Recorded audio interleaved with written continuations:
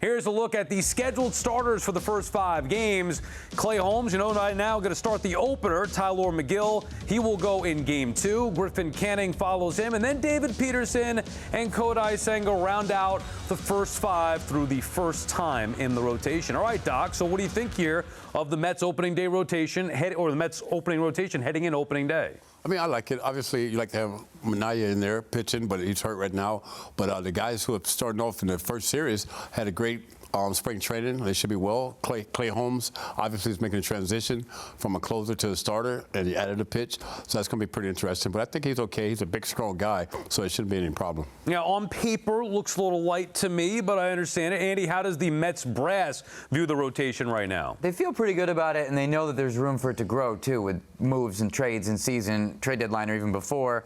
For David Stearns, a couple things about the way he looks at the opening day roster as just one day of many, many, many days that are to come. So he's, as we saw with trades that he made to bolster the bullpen even before the trade deadline last year, this is going to be like a living, breathing thing all throughout that they're going to revise all the time. And the second thing I'll say about what Mets people are saying about the rotation is they really think of it more as a pitching staff than a rotation, meaning specifically, like that first couple times through, you're not going to have guys stretched out. There's been some talk about Senga not being stretched out, but it's really all of them. You're going to see maybe 75, 90 pitches, and the Mets are really comfortable with the arms they have coming in from the bullpen. There's going to be churn there, too. They're going to be optioning guys in and out, bringing them up and down. They think they have a lot of good stuff reliever-wise in their system where you're just not going to be, I think if you're the kind of fan who's looking for like a 7-8 inning start out of their starting pitcher is going to be frustrated when Mendoza goes and gets, I don't know, McGill after 4 1/3, 1 run, but that's the way the Mets are doing it. In Blackburn and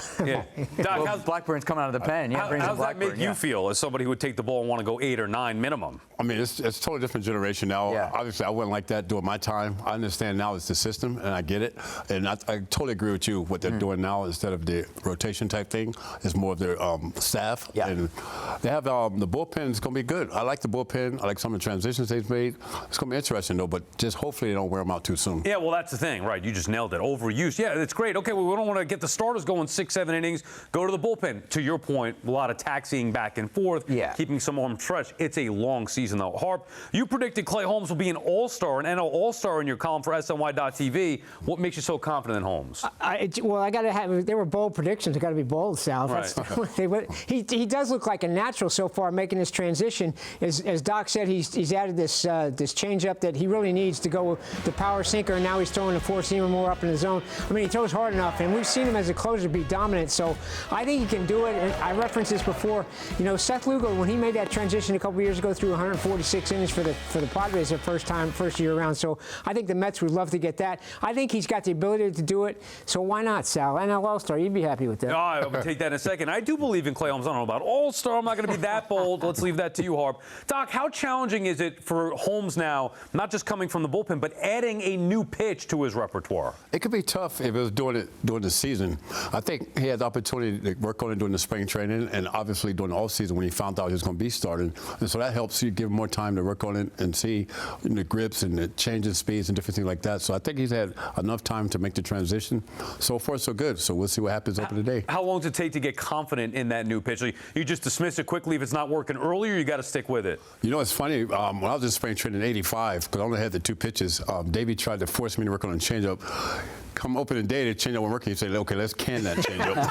So it didn't last long. So I think in a home situation, hopefully, when the season starts, is a real test. Spring training helps build confidence, but you don't really know what you have until the season starts. You never found that changeup, did you? Really? I never found it. When I found it, I didn't have a fastball no more, so it didn't matter. All right, switching gears. Juan Soto finally caught up with his former skipper today ahead of the Mets-Yanks game in Port St. Lucie, and it was mixed emotions for Aaron Boone.